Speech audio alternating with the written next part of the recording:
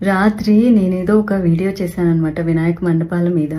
So అడుగు చొప్పున డబ్బులు ఇవ్వాలి అన్నది. అది 10 రోజుల క్రిందట ప్రెస్ మీట్. ఆ press meet Akshara Satyam. And మళ్ళీ కట్ చేస్తే ఈరోజు హోమ్ మినిస్టర్ అనిత గారు ఆ వీడియో పెట్టేసేసి అలాంటివి ఏమీ లేవు, ప్రభుత్వం పాస్ చేసింది, అవి పాత గవర్నమెంట్ పెట్టినవి అని. పాత గవర్నమెంట్ జీవోలో మండపాలకి తప్ప విగ్రహం అడుగు చొప్పుల డబ్బులు లేవు. అదైతే పచ్చి అబద్ధం. మైకులకి డబ్బులు లేవు. ఓవరాల్ మండపానికి మాత్రమే అప్పుడు డిఫరెంట్ కాస్ట్ ఉండేది.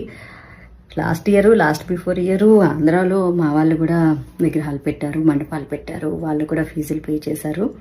ఇలా అడుగు చొప్పున ఎకో గణేష్ ఒక్కొక్క రేటు, ఎకో కాని గణేష్ ఒక్కొక్క రేటు, ఇవి లేవు. ఇవి కొత్త రూల్సే. మేబీ చంద్రబాబు నాయుడు గారు మార్చి ఉంటారు.